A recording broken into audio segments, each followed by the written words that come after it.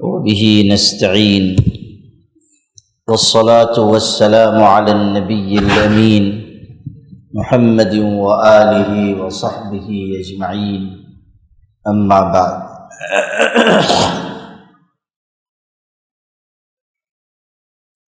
قال الله تعالى في القرآن المجيد والفرقان الحميد فأعوذ بالله من الشيطان الرجيم بسم الله الرحمن الرحيم الذين آمنوا وتطمئن قلوبهم بذكر الله ألا بذكر الله تطمئن القلوب صدق الله مولانا العظيم۔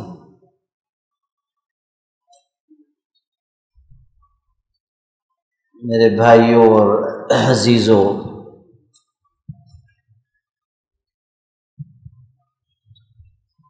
نیکی کی راہ پر چلنے کی برکت الگ الگ شکل میں ظاہر ہوتی ہے۔ کل میں نے یہ بتایا تھا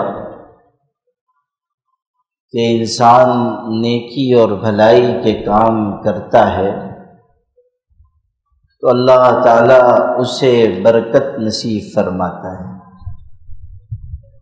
برکت زندگی میں، عمر میں، مال میں، اولاد میں اور ان نعمتوں میں جو اللہ نے انسان کو دی ہیں۔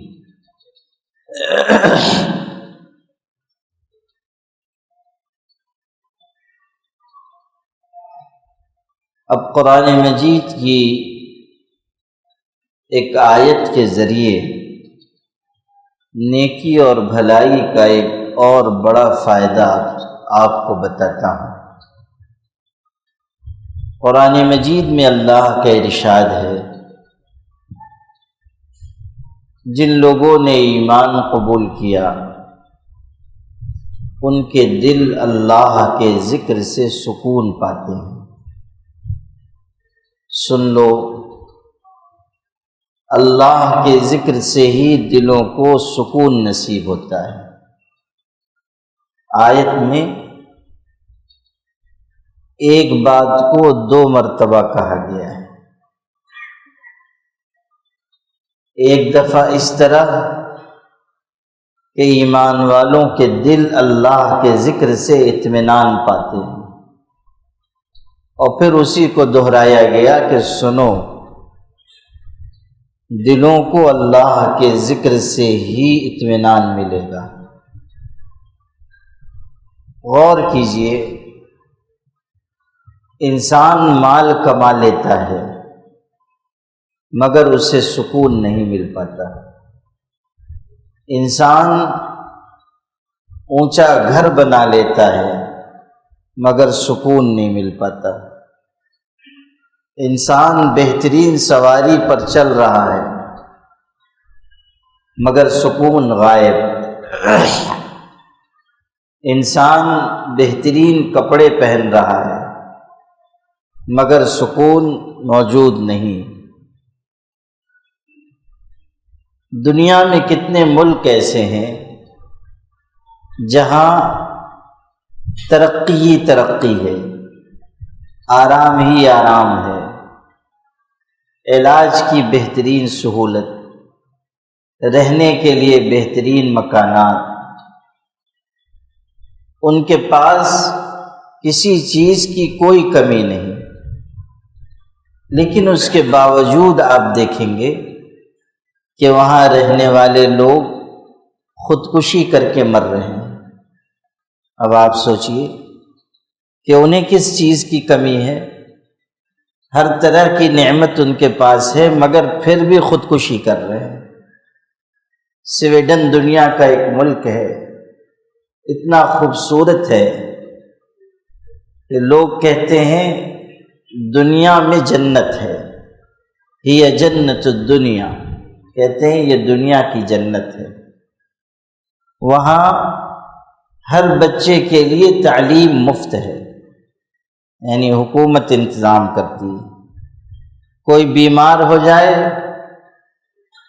اس کا علاج ہونا ہے حکومت کے خرچ پر ہوتا ہے، کسی آدمی کا کوئی پیسہ نہیں خرچ ہو رہا ہے، ہر طرف آسانی، سہولت، خوبصورت منظر، لیکن اس کے باوجود وہاں بہت سے لوگ خودکشی کرتے ہیں۔ غور کیجئے کیوں؟ وجہ اس کی صرف ایک ہے، وہ یہ کہ دنیا کی چیزیں نصیب ہو جانے کا مطلب یہ نہیں ہے کہ انسان کو سکون بھی مل گیا۔ نعمتیں ان کے پاس ہیں، لیکن اللہ کی نافرمانی اور گناہ کرنے کے نتیجے میں دل کا سکون غارت ہو گیا۔ اب ساری چیزیں تو ہیں لیکن اطمینان کی دولت نہیں ہے۔ انسان اپنے پیسوں کے ذریعے نرم اور آرام دہ بستر خرید سکتا ہے، پرسکون نیند نہیں خرید سکتا ہے۔ انسان پیسوں کے ذریعے بہترین کپڑے پہن سکتا ہے، مگر اس کے پہلو میں جو دل ہے اس کے لیے وہ اطمینان کی دولت نہیں خرید سکتا۔ سکون کوئی ایسی چیز نہیں ہے کہ آپ گئے اور 100 روپے میں کرانے کی دکان سے خرید کے لے آئے، آپ نے جھولا لیا کہ چلیے آج افطار بھی لانا ہے اور تربوز خربوز کے ساتھ حضرت سکون بھی خرید کے لانا ہے۔ ایسا نہیں ہوگا۔ اللہ نے ساری کائنات میں سکون اگر رکھا ہے تو صرف اپنے نام میں رکھا ہے، صرف اپنے ذکر میں رکھا ہے۔ اسی لیے ایک ہی آیت میں دوہرا کر یہ بات کہی گئی کہ سکون ملے گا تو اللہ کے ذکر سے ملے گا۔ اللہ کی یاد کے بغیر دنیا میں سکون نہیں مل سکتا، اطمینان نہیں مل سکتا۔ اگر کوئی شخص یہ سمجھتا ہے کہ وہ اللہ کی نافرمانی کرتا رہے، گناہ کرتا رہے اور پھر پرسکون بھی رہے، ایسا نہیں ہوگا۔ انسان کے لیے سکون نماز میں ہے، ذکر میں ہے، تلاوت میں ہے، عبادت میں ہے، راتوں کو اٹھ کر اللہ کے آگے رونے میں ہے، اللہ سے مانگنے میں ہے۔ آپ دیکھیے ایک انسان پریشان ہے، کسی مصیبت میں ہے، کسی تکلیف سے گزر رہا ہے، وہ آ گیا اللہ کی بارگاہ میں، اس نے 2 رکعت نماز پڑھی، پھر اس نے ہاتھ اٹھائے، اللہ کے آگے رویا، گڑ گڑایا، دعا مانگی۔ دعا مانگا، ابھی اس کی وہ تکلیف ختم نہیں ہوئی، اس نے صرف اللہ کے آگے دعا مانگی ہے۔ اللہ جب چاہے گا تکلیف کو دور کر دے گا، لیکن ابھی اس نے صرف دعا مانگی ہے دل لگا کر۔ آپ تجربہ کر کے دیکھیں کہ انسان کا دل اللہ سے مانگ کر ہی پرسکون ہو جاتا ہے۔ اس کو یہ احساس ہوتا ہے کہ میں نے اپنے اللہ سے اپنی پریشانی کہہ دی، میں نے اپنی عرضی اللہ کی بارگاہ میں پیش کر دی، اب اللہ جب چاہے گا میری اس پریشانی کو دور فرما دے گا۔ یہ ہے وہ سکون کی دولت جو اللہ نے اپنے ذکر میں رکھی ہے، اللہ نے اپنی یاد میں رکھی ہے۔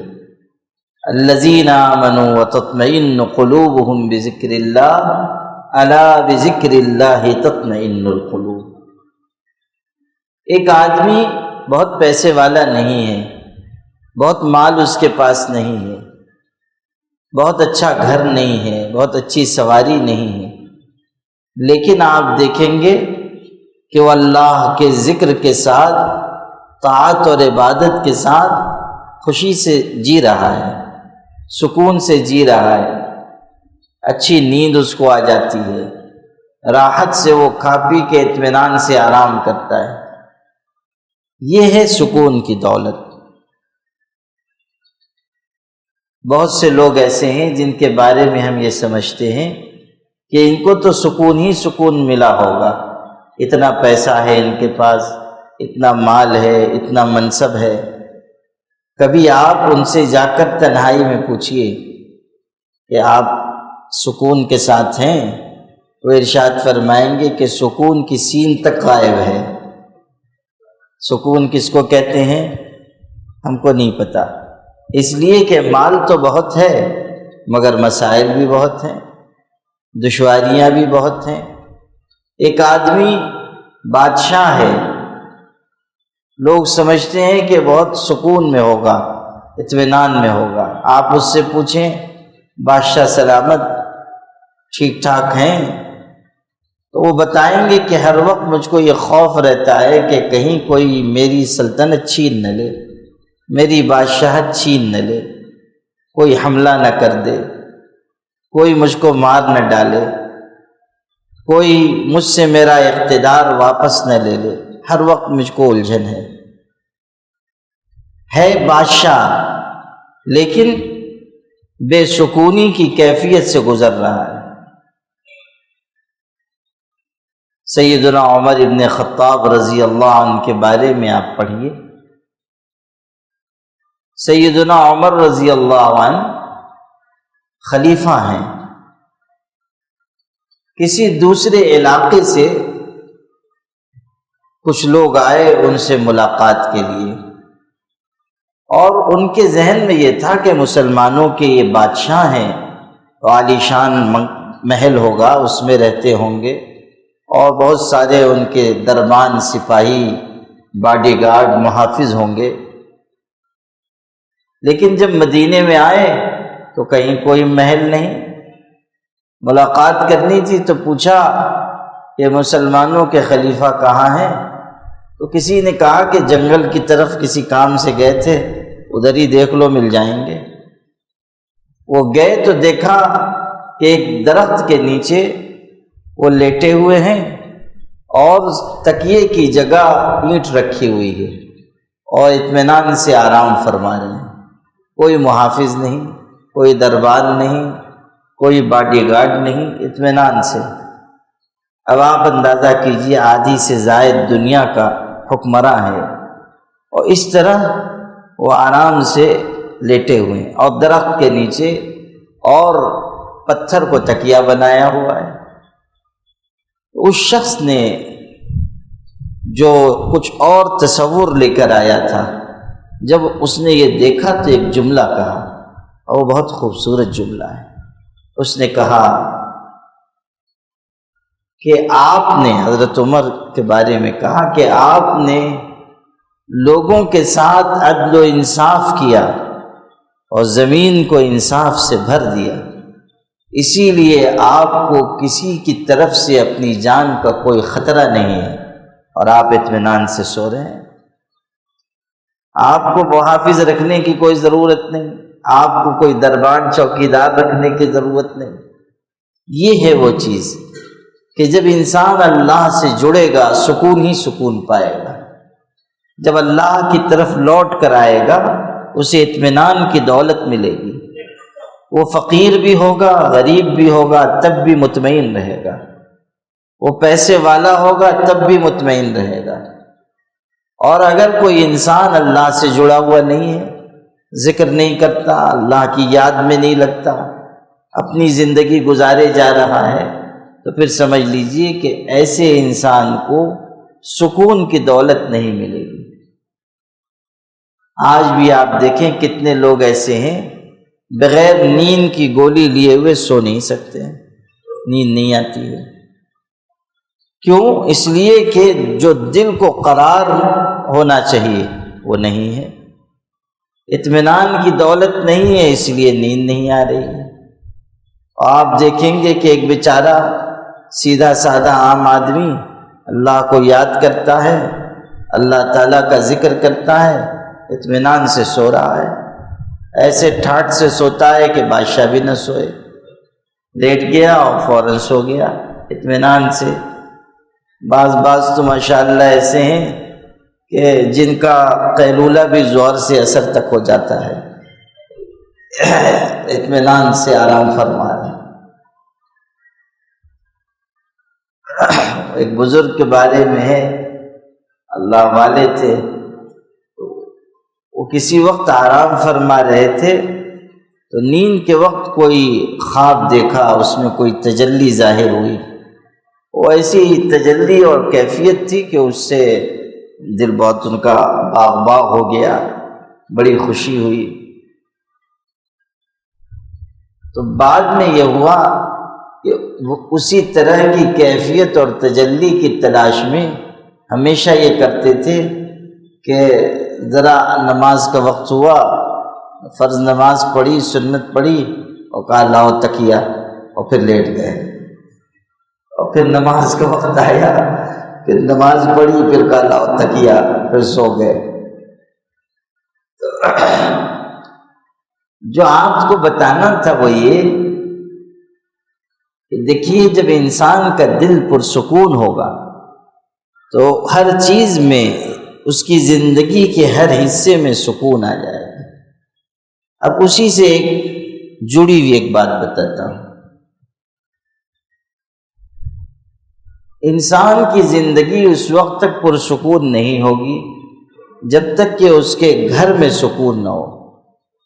مان لیجئے کوئی انسان ہے، بہت روپے پیسے والا ہے، مال اسباب والا ہے، لیکن اس کی بیوی جو ہے وہ اچھے مزاج کی نہیں ہے. اب جب وہ لوٹ کے گیا، امیر کبیر نواب صاحب گھر واپس لوٹ کے گئے، معلوم ہوا کہ گھر میں مہابھارت چھڑی ہوئی ہے. اب کون سا ان کو سکون ملے گا؟ بات سمجھے کہ نہیں سمجھے؟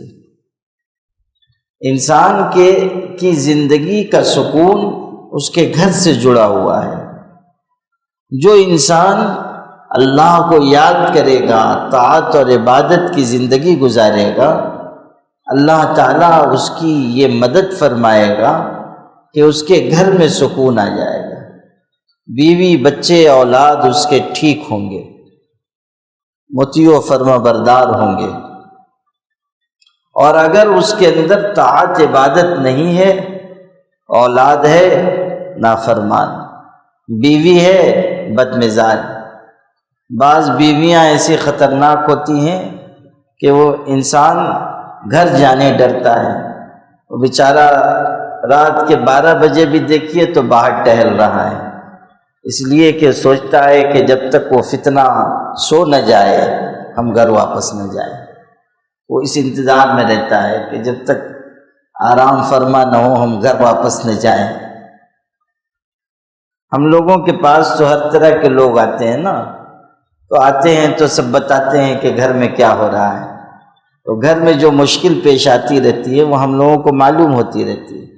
گھر کے باہر نکل رہے ہیں تو معلوم ہوتا ہے کہ ان سے زیادہ باروب آدمی کوئی نہیں ہے، اور گھر کے اندر جائیے تو پتہ چلتا ہے کہ اس سے ڈرپوک آدمی کوئی نہیں ہے. اس لیے کہ وہاں بالکل بیچارہ ساکت جامد آمنا صدقنا صم بکم عمی فہم لا یرجعون، یہ صورتحال ہے.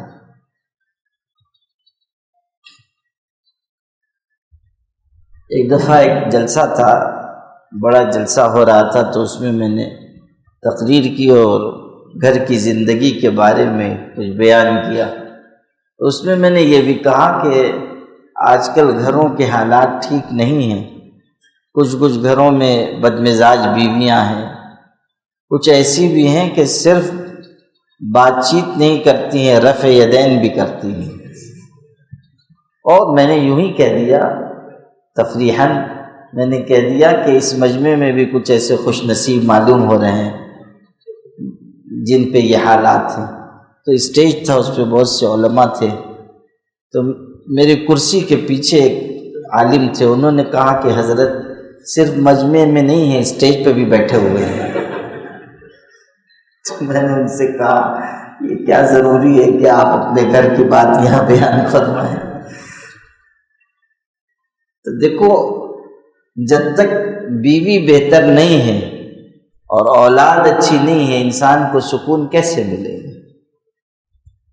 تو طاعت اور عبادت کا اور ذکر و تلاوت کا ایک فائدہ یہ بھی ہے کہ اللہ تعالیٰ گھر میں عافیت عطا کرے گا۔ یہ دیکھو، یہ جو قرآن کی آیت آئی ہے، ہم لوگ دعا بھی مانگتے ہیں، ربنا آتنا فی الدنیا حسنہ، ربنا آتنا فی الدنیا حسنہ، اے اللہ ہم کو دنیا میں کیا عطا فرما؟ بھلائی عطا فرما، حسنہ، اللہ ہم کو دنیا میں بھی بھلائی دے اور آخرت میں بھی بھلائی دے۔ اب مفسرین نے اس کی تشریح شروع کی کہ حسنہ دنیا میں بھلائی کا مطلب کیا ہے؟ یہ جو ہم مانگ رہے ہیں کہ اللہ دنیا میں ہم کو بھلائی عطا فرما، تو اس کا مطلب کیا ہے؟ تو بہت سی چیزیں بیان کی، لیکن حضرت حسن بصری رحمۃ اللہ علیہ سے یہ نقل کیا گیا کہ الحسنۃ فی الدنیا المرأۃ الصالحہ، کہ دنیا کی بھلائی انسان کے لیے اچھی بیوی ہے، دنیا کی بھلائی اچھی بیوی ہے۔ اور یہ جو انہوں نے تفسیر بیان کی ہے اس میں بہت گہرائی ہے۔ وہ گہرائی یہ ہے کہ اگر بیوی ٹھیک ہے تو انسان کی زندگی کے بہت سے کام درست ہو جائیں گے، اور اگر بیوی نیک نہیں ہے تو اس کا گھر، کاروبار، اولاد، ذہنی سکون، اطمینان سب غارت ہو جائے گا۔ اللہ سے انسان مانگ رہا ہے ربنا آتنا فی الدنیا حسنہ، اے اللہ ہم کو دنیا میں بہتری عطا فرما، یعنی اے اللہ مجھ کو نیک بیوی عطا فرما، اللہ تعالیٰ مجھ کو نیک بیوی عطا فرما۔ نبی کریم صلی اللہ علیہ وسلم نے ایک حدیث میں فرمایا الدنیا کلھا متاع وخیر متاعها المرأة الصالحہ، یہ ساری دنیا ساز و سامان ہے اور سب سے بہترین سامان نیک بیوی ہے، سب سے بہترین سامان نیک بیوی ہے۔ حدیث میں ایک دعا بھی آئی ہے، حضور جن چیزوں سے پناہ مانگتے تھے ان میں ایک چیز ہے اللہم انی اعوذ بک من امرأۃ تشیبنی قبل المشیب، اے اللہ ایسی بیوی سے، ایسی عورت سے مجھے پناہ عطا فرما جو بڑھاپے سے پہلے مجھے بوڑھا کر دے۔ یعنی اگر بدمزاج عورت ہوگی، اس کی بدمزاجی سے انسان پریشان ہو کر وقت سے پہلے بوڑھا ہو جائے گا، اس کو ایسا رنج، فکر، غم لاحق ہوگا کہ اس کی زندگی کی ساری خوشگواری رخصت ہو جائے گی۔ تو دیکھو گھر کا سکون جو ہے وہ بھی نصیب ہوگا اللہ کے ذکر کے ذریعے، اچھی بیوی بھی ملے گی طاعت عبادت کی برکت سے۔ حضرت امام احمد ابن حنبل رحمۃ اللہ علیہ 4 اماموں میں سے ایک امام ہیں، انہوں نے لمبی عمر ہو گئی تھی، نکاح نہیں کیا تھا، علم حاصل کرنے میں لگے تھے، 40 سال عمر ہو گئی۔ تب لوگوں نے کہا کہ حضرت نکاح کر لیجئے، تو انہوں نے 40 سال کی عمر میں نکاح کیا۔ وہ خود بیان کرتے ہیں کہ تزوجت ام صالح فمکثت معی 30 سنة فما اختلفت انا ولا هي في کلمة واحدہ، کہ میرا نکاح ہوا، 40 سال کی عمر میں نکاح ہوا، پھر 30 سال تک میاں بیوی ساتھ میں رہے۔ تو کہتے ہیں کہ 30 سال تک میں اپنی بیوی کے ساتھ رہا، اس 30 سال کی مدت میں کبھی میرا اور میری بیوی کا ایک لفظ کبھی اختلاف نہیں ہوا، ایک لفظ کبھی اختلاف نہیں ہوا۔ اندازہ کیجئے 30 سال کی مدت میں کبھی ایک لفظ کبھی اختلاف نہیں ہوا۔ اندازہ کیجئے کہ کیسی خوشگوار زندگی ہوگی، بیوی کیسی نیک ہوگی، ان کے اندر کیسے اخلاق ہوں گے کہ 30 سال کی لمبی مدت میں کبھی ایک لفظ کا بھی اختلاف نہیں ہوا۔ یہ ہے طاعت اور عبادت کی برکت، ذکر و تلاوت کی برکت۔ تو اس لیے میرے بھائی ہم سب اللہ کی عبادت اور بھلائی کے کام میں لگیں تاکہ اللہ ہم کو سکون عطا فرمائے۔ زندگی کا سکون بہت بڑی دولت ہے، اربوں روپے خرچ کر کے بھی یہ سکون نہیں مل سکتا۔ اللہ نے سکون اپنے ذکر میں رکھا ہے، طاعت اور عبادت میں رکھا ہے۔ اللہ تعالی ہم سب سے راضی ہو، اللہ تعالی ہماری غلطیوں کو معاف فرما دے، اللہ تعالی ہمارے قصور کو معاف فرما دے، اللہ تعالی ہمیں عافیت عطا فرمائے، نعمت عطا فرمائے، سہولت عطا فرمائے، اللہ تعالی ہر دکھ کو دور فرمائے، ہماری ہر غلطی کو معاف فرمائے، اللہ تعالی ہماری ہر خطا کو معاف فرمائے، اللہ تعالی ہماری ہر الجھن کو دور فرمائے، اللہ تعالی ہماری ہر پریشانی کو دور فرمائے، اللہ تعالی ہمیں اور ہماری اولاد کو روشن مستقبل عطا فرمائے، اللہ تعالی ہر قسم کی کلفتوں کو دور فرمائے، اللہ تعالی رحمت عطا فرمائے، راحت عطا فرمائے، آسانی عطا فرمائے، اللہ تعالی ہمیں ذکر کرنے والا بنائے، شکر کرنے والا بنائے، اللہ تعالی تجھ سے مانگنے والا بنائے، اللہ تعالی ہر قسم کی عافیت عطا فرمائے، اللہ تعالی ہر مصیبت سے اہل ایمان کو نجات عطا فرمائے، اللہ تعالی بیماروں کو شفا عطا فرمائے، اللہ تعالی مرحومین کی مغفرت فرمائے، اللہ تعالی مرحومین کی مغفرت فرمائے، ان کے درجے بلند فرمائے، ان کی قبروں کو نور سے منور فرمائے، جنت میں انہیں جگہ عطا فرمائے، اللہ تعالی ہمیں علم نافع عطا فرمائے، عمل صالح کی توفیق عطا فرمائے، اللہ تعالی ہمیں سکون کی دولت عطا فرمائے، اطمینان کی دولت عطا فرمائے، اللہ تعالی عمر میں، زندگی میں، مال میں، اعمال میں، اولاد میں برکت عطا فرمائے، اللہ تعالی ہر قسم کی عافیت عطا فرمائے، اللہ تعالی بدن میں، مال میں،